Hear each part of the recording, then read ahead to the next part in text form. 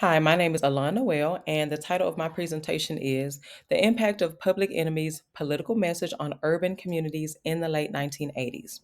The subtitle is Analyzing It Takes a Nation of Millions to Hold Us Back and Its Legacy.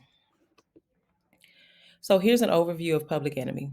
Public Enemy formed in 1982 and it was led by Chuck D and Flavor Flav. Their music blended hard hitting beats with strong political and social commentary. It Takes a Nation of Millions to Hold Us Back became a seminal album in both hip hop and political music. The central question I want to pose today is how did nations of millions challenge mainstream narratives about race, power, and authority in 1980s America? So here's a little bit of historical context. In the late 1980s America, there was a lot of racial tension. It was marked by racial disparities, education, employment, and housing. Incidents like the crack epidemic, the rise of the prison industrial complex, and the harshness of policing in African American neighborhoods fueled a lot of discontent. As far as the cultural landscape, the era saw dominance of mainstream media narratives, often portraying African Americans negatively or stereotyping them.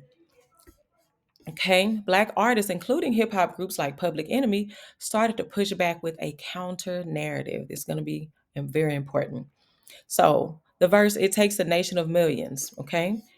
Race, power, and authority. Public Enemy's lyrics criticize the U.S. government's treatment of Black communities. Fight the Power is an anthem that directly challenges authority figures, from political leaders to the police. The key lyric was Elvis was a hero to most, but he never meant to me. You see, he's straight out racist. That sucker was. So, this criticizes the idolization of white figures in mainstream culture and places emphasis on the erasure of the Black voices. Okay? Addressing systematic racism, police brutality, and media representation. Okay? This album highlights police violence and the injustices faced by African Americans in urban areas. Songs like Black Steel, In the Honor of Chaos, tell the story of a Black man wrongfully imprisoned, a reflection of the criminal justice system's treatment of Black bodies. Okay? It's horrible. Now, as far as media representation, they critique the media's portrayal of Black culture, reinforcing harmful stereotypes. Lyrics like Media is the Enemy from Fight the Power address the role of the media in shaping public opinion and maintaining racial inequalities. They use hip hop to instill a sense of pride in Black identity and encourage collective resistance against oppression. The album also emphasizes the importance of cultural pride and a collective Black consciousness.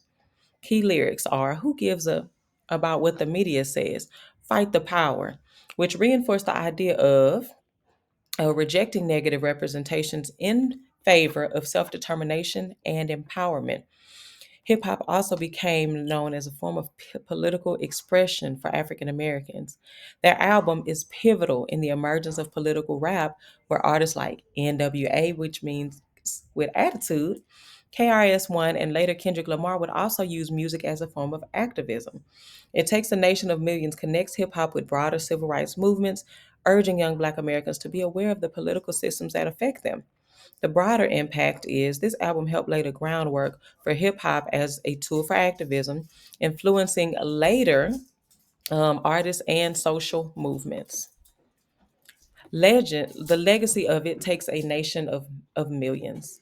This album influenced countless hip hop artists such as Nas, Tupac, Kendrick Lamar, who continued to use their music as a form of resistance against systemic oppression.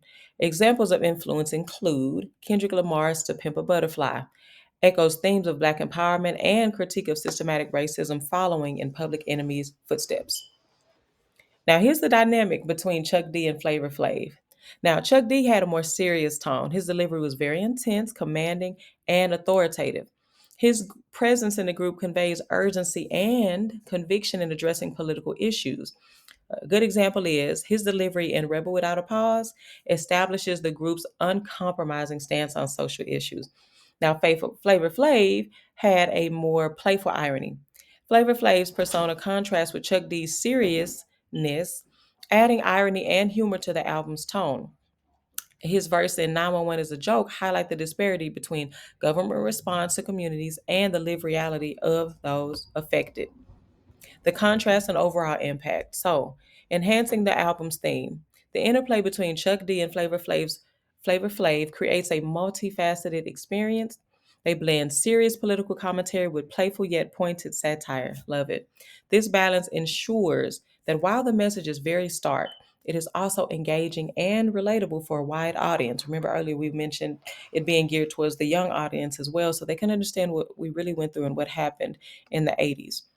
In conclusion, enduring influence, their lasting impact, okay? It takes a nation of millions to hold us back remains one of the most powerful statements on race, power, and resistance in American music history.